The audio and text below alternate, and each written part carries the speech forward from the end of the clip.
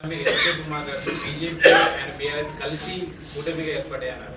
అంటే ఈ లెక్కలని చెప్తున్నారంటే భవిష్యత్తులో మేము ఎదుర్కోగలమన్న ఇండికేషన్స్ ఇస్తున్నారా? ఖచ్చితంగా. దాంట్లో మీకు అనుమానం ఎందుకు? పార్లమెంట్ ఎన్నికల్లో వాళ్ళిద్దరు కలిసి వచ్చినా కూడా ఎదుర్కొని 8 సీట్లు సాధించినాం, 40% పైగా ఓట్లు సాధించినాం. ఇది భవిష్యత్తుకు పునాదులే వాళ్ళిద్దరూ కలిసిమెలిసి పోటీ చేస్తారనేది. నిన్న కేటీఆర్ ఒక రోజు ముందు కేటీఆర్ మాట్లాడతారు, తర్వాత రోజు కిషన్ రెడ్డి మాట్లాడతాడు. సేమ్ ప్రెస్ మీట్ ఏదైనా చూడండి మీరు. కిషన్ రెడ్డి గారు ఇప్పుడే ఏదో జరిగిపోయినట్టుగా, బీఆర్ఎస్ ఉన్నప్పుడు అద్భుతాలు జరిగినట్టుగా, బీఆర్ఎస్ ఉంటేనే బాగుంటుంది అన్నట్టుగా కిషన్ రెడ్డి గారు వ్యవహార శైలి చూసిన తర్వాత మీకు ఏమైనా అనుమానం ఉందా? అందుకే చెప్తున్నా, వాళ్ళిద్దరు కలిసి 1/3, కాంగ్రెస్ ఒకటి 2/3. వాళ్ళిద్దరు కలిసి 33%, మేము ఒక్కరం 66%. జడ్జిమెంట్ మీద రాహుల్ గాంధీ రాజ్యాంగాన్ని పట్టుకొని దేశవ్యాప్తంగా సేవ్ డెమోక్రసీ అంటున్నారు. వాళ్ళ అధికారంలో ఉన్న రాష్ట్రంలో మాత్రం డెమోక్రసీని కూల్ చేశారు. రాహుల్ గాంధీ సమాధానం చెప్పాలంటున్నారు. ఎవరు? టీఆర్ఎస్ అడగండి, వెళ్ళి రాహుల్ గాంధీ గారు రాగానే ఢిల్లీకి వెళ్ళి అడగమని చెప్పండి. స్పీకర్ గారి నిర్ణయం మీద రాజకీయ పార్టీగా మేము స్పందించడానికి ఏమీ లేదు. స్పీకర్ గారి నిర్ణయాన్ని వాళ్ళకు నచ్చకపోతే న్యాయస్థానాలు ఉన్నాయి. మీరు రాసిచ్చిన స్క్రిప్టునే స్పీకర్ అనౌన్స్ చేశారు, మీరు సభలో కూడా ప్రస్తావించారు అసలు అని. ఇప్పుడు నేను వాళ్ళ అవగాహన రాహిత్యానికి జాలి పడుతున్నా.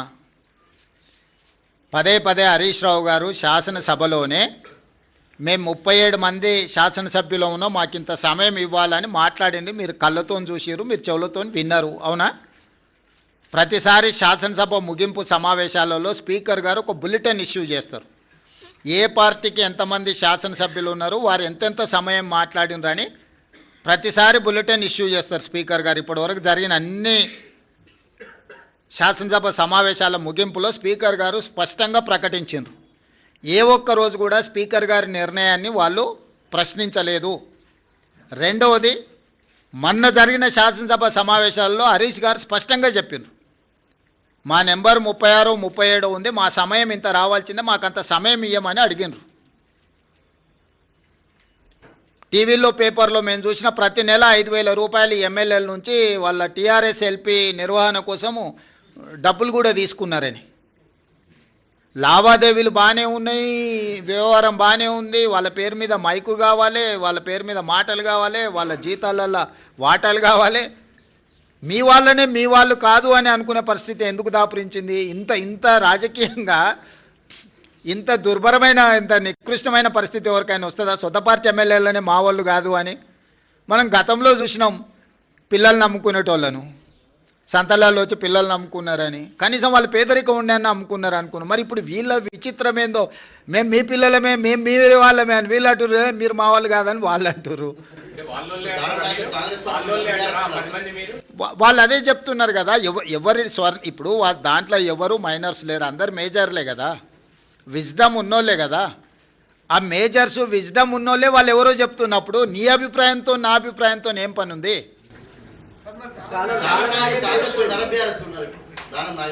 నాగేందర్ గారు చెప్తారు కదా, మీరు అడగండి, చెప్తాం, మీరు అడిగిండ్రు అని చెప్పి. ఎస్, అమర్ గారు. సార్, మీరు 2 రోజులు ఢిల్లీ పోయించినట్టున్నారు, సమాచారం ఉందేమన్నా? దేని గురించి? సంజయ్ రౌత్ ఒక స్పెసిఫిక్ స్టేట్మెంట్ చేసినాడు. డిసెంబర్ 19 నాడు ప్రైమ్ మినిస్టర్ మారబోతున్నాడు, మీకు ఏమైనా సమాచారం లేదు? ప్రైమ్ మినిస్టరే దేశంలో లేడు, ఆయనే విదేశాలలో ఉన్నాడు. అసలు 19 లోపల వస్తాడో రాడో కూడా నాకు సమాచారం లేదు.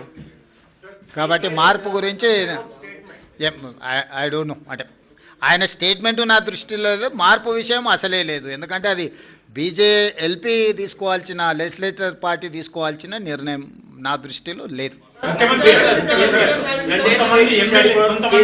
2 పాటు ఫామ్ హౌస్ ని పనిచేశాడు. ఇప్పుడు బయటకు వచ్చేటువంటి సమయం వచ్చింది. ఈ 2-3 రోజుల్లో బయటకు వచ్చి గ్రామ పంచాయతీ ఎన్నికలు వచ్చిన రిజల్ట్ బేస్ చేసుకుని జనాల్లోకి వెళ్ళాలనేటువంటి నిర్ణయానికి వచ్చినట్టు తెలుస్తోంది. దాని ఎట్లేముంది, 2023 కంటే ముందు కేసీఆర్ బయటనే ఉన్నారు కదా. వాళ్ళు క్షేత్రస్థాయిలో పర్యటిస్తున్నప్పుడే కదా వారు నోటించింది. వారు క్రియాశీలక రాజకీయాలలో ఉన్నప్పుడే కేసీఆర్ గారిని ఓడించి కాంగ్రెస్ పార్టీ అధికారంలోకి వచ్చింది. ఇప్పుడు వారు క్రియాశీలక రాజకీయాలలోనే లేరు.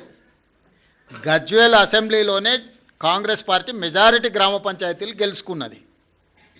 అంటే గజ్వేల్ నియోజకవర్గ ప్రజలు కూడా కేసీఆర్ గారు క్రియాశీలక రాజకీయాలలో లేరు, రాజకీయాలతో వారికి సంబంధం లేదు. ఒకవేళ ఉన్న గజ్వేల్ శాసనసభ సభ్యుడిగానే వారి వల్ల ప్రయోజనం లేదని ప్రజలు ఈరోజు తీర్పిచ్చిండ్రు.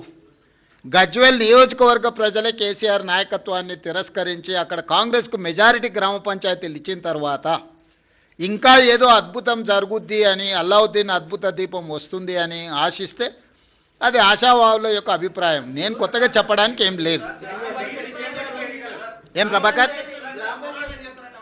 మహబూబ్ నగర్ లో 92% వాళ్ళు ఒప్పుకుంటే 45% ఉత్తమ్ కుమార్ రెడ్డి గారు ఒప్పుకొని వచ్చారు. పాలమూరు రంగారెడ్డిలో అన్యాయం చేస్తా ఉన్నారు, నీటి ప్రాజెక్టుల మీద పోరాటం చేస్తాం, ఆ రోజు 21 నాడు చర్చించబోతున్నారట కేసీఆర్ గారు. నేనేమంటున్నా అంటే కేసీఆర్ గారిని ప్రతిపక్ష నాయకుడిగా లేఖ రాయమనుంది.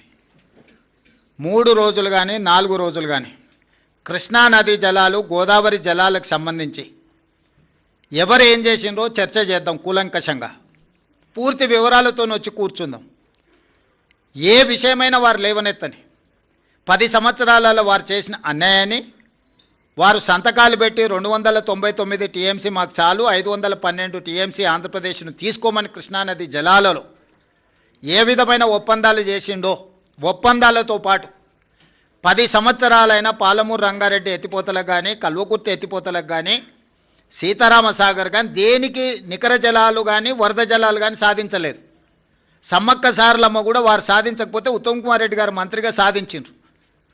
ఈరోజు ఏదైనా పక్క రాష్ట్రం నుంచి మన హక్కులను సాధించినామంటే మేము అధికారంలోకి వచ్చిన తర్వాతనే. వీటన్నిటి మీద వారు లేనప్పుడు పత్రికా సమావేశాలలో మాట్లాడడం నాకు ఇష్టం లేదు. నేను సూటిగా వారితోని చర్చను ఆహ్వానిస్తున్నా. చంద్రశేఖరరావు గారు బీఆర్ఎస్ ఆఫీస్ కార్యాలయంలో చర్చించడం కాదు, వారు అడిగితే ఎప్పుడంటే అప్పుడు ప్రత్యేక సమావేశాల్లో ఏర్పాటు చేస్తా. కృష్ణా గోదావరి జలాల మీద చర్చ చేద్దాం, పూర్తి వివరాలను వాస్తవాలను ప్రజలకు వివరిద్దాం. ఈరోజు ఉమ్మడి రాష్ట్రానికంటే కూడా తీరని ద్రోహం చేసింది బీఆర్ఎస్, చంద్రశేఖరరావు గారు. ఆధారాలతో సహా మొత్తం సభలో చర్చకు మేము పెట్టడానికి సిద్ధంగా ఉన్నాము. వారు సభకు వచ్చి చర్చించి నిజంగానే మా వైపు నుంచి ఏమైనా లోపం ఉంటే వారిని ప్రశ్నించమని నేను సవాల్ విసురుతున్నా. బురద జల్లుతాం పారిపోతామంటే ప్రజలు అన్ని గమనిస్తున్నారు. ప్రజలు ఎవరు అమాయకులు లేరు. నిన్న రిలీజ్ అయిన క్యాబ్ రిపోర్ట్ ప్రకారం పోయినసారి కంటే ఈసారి చాలా మెరుగు పొజిషన్, దాదాపు 7% వృద్ధి ఉన్నది. అంటే ఈ కండిషన్ లో మీరు ఏమన్నా ఈ బకాయిలు ఏవైతే ఉన్నాయో అవన్నీ కనీసం ఇప్పుడైనా చెల్లిస్తారా? ఏం బకాయి? నీకేం బకాయి ఉంది రాహుల్? 35,000 కోట్లు ఎవరికి? డిస్కమ్లక చేద్దాం. నేను ముందే చెప్పిన ఆదాయం పెంచుతాం పేదలకు పంచుతామని.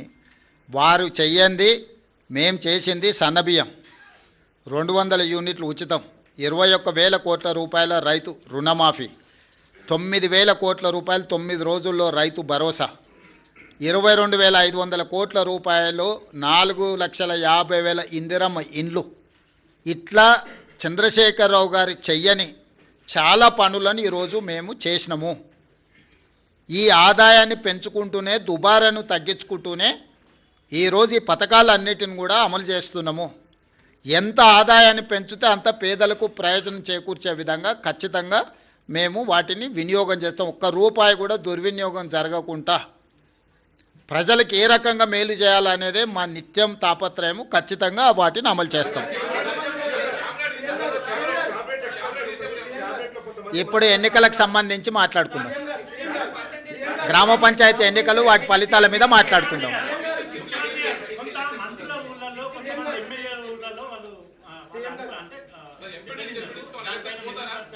ఇప్పుడు గజ్వేల్ల కేసీఆరే దెబ్బతిని ఓడిపోయి అక్కడ ఉన్నాడు.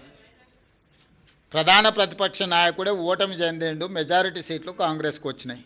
గ్రామాల ఎన్నికలు గ్రామ పరిస్థితులను బట్టి జరుగుతాయి. శాసనసభ్యుడినో మంత్రినో ముఖ్యమంత్రినో పట్టి జరగవు. ఓవరాల్గా ఫీల్ గుడ్ ఫ్యాక్టర్ ఉంటుంది. గ్రామంలో ఉండే నేపథ్యాన్ని సామాజిక వర్గాల సమతుల్యతను దృష్టిలో పెట్టుకొని ఎన్నికలు జరుగుతాయి. ఎట్లా జరిగినా ఫలితాలు అనేది ఇక్కడ కళ్ళకు కట్టినట్టుగా కనిపిస్తున్నాయి. 94 నియోజకవర్గాలలో 87 శాసనసభ నియోజకవర్గాలలో కాంగ్రెస్ పార్టీకి మెజారిటీ వచ్చింది. ఈ లిస్ట్ అంతా మీకు ఇస్తాము. ఏ నియోజకవర్గంలో ఎన్ని గెలిచిండ్రో స్పష్టంగా మీకు లిస్ట్ ఇస్తాము. మీరు కావాలంటే నిజ నిర్ధారణ కమిటీ వేసుకొని ఆయా నియోజకవర్గాలలో మీరు పర్యటించండి. ఇన్ని 12,702 గ్రామ పంచాయతీల ఎన్నికలు జరిగినప్పుడు 1, 2, 3 అటో ఇటో ఫలితాలు వస్తాయి. ఆ ఫలితాలు అనేది భవిష్యత్తులో మన కార్యాచరణను సవరించుకోవడానికి ఉపయోగించుకుంటాం తప్ప దానికి మించి వేరే రకంగా దీని మీద చర్చించుకోవాల్సిన అవసరం లేదు.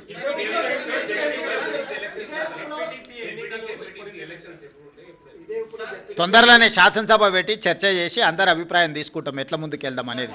ప్రతిపక్షాలకు కూడా అవకాశం ఇస్తాం. ఆ ఎన్నికల్ని ఎంపీటీసీ, జడ్పీటీసీ, మున్సిపల్ ఎన్నికలు, మున్సిపల్ కార్పొరేషన్ ఎన్నికలు వీటన్నిటికీ సంబంధించి కూడా తొందరలోనే శాసనసభ సమావేశాలు ఏర్పాటు చేసి ప్రతిపక్షాలను కూడా అడుగుతాం ఏ విధంగా ముందుకు వెళ్దాము, 42% బీసీ రిజర్వేషన్లు ఏ విధంగా సాధించుకుందాము, భవిష్యత్ కార్యాచరణ ఎట్లుంటే బాగుంటుందో ప్రజాస్వామికబద్ధంగా చర్చ చేసి అసెంబ్లీలో ఆ తర్వాత ఎన్నికలపై ఒక నిర్ణయానికి వస్తాం.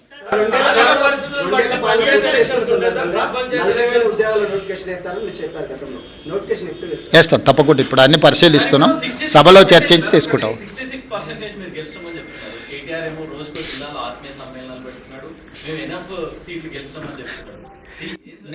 అందుకే ప్రభాకర్ క్లియర్గా నేను పర్సంటేజ్తో సహా గ్రామ పంచాయతీలతో సహా ఈరోజు 94 శాసనసభ నియోజకవర్గాలలో ప్రతి నియోజకవర్గంలో ఏ పార్టీ ఎన్ని గెలిచిందో నేను అధికారికంగా ఒక నోటు విడుదల చేస్తున్నా. మీరు నోటు తీసుకొని ఆ నియోజకవర్గంలో వెళ్ళి నిజ నిర్ధారణ కార్యక్రమాలు పెట్టుకొని మీరు పరిశీలించండి. కేటీఆర్ అనేవాడు కాంగ్రెస్ గురించి ఆలోచన చేస్తలేడు. హరీష్ అనేవాడు వెనకాల తవ్వుతున్నాడు. కేటీఆర్ నాయకత్వంలో ఏ ఎన్నికలు జరిగిపోయినా ఓడిపోయిండు కాబట్టి నాయకత్వాన్ని మార్చాలని హరీష్ వెనకాల నుంచి ఏదైతే ప్రయత్నం చేస్తుండో ఆ విషయాన్ని ఏమంటారు డైల్యూట్ చేయడానికి పర్యటనలు పెట్టుకుంటున్నాడు తప్ప ఇది ప్రజలకు కానీ ప్రభుత్వానికి కానీ సంబంధం లేదు. ఇప్పుడు కేటీఆర్ వర్కింగ్ ప్రెసిడెంట్ అయినప్పటి నుంచి జరిగిన ఏ ఎన్నికలు గెలవలే కదా.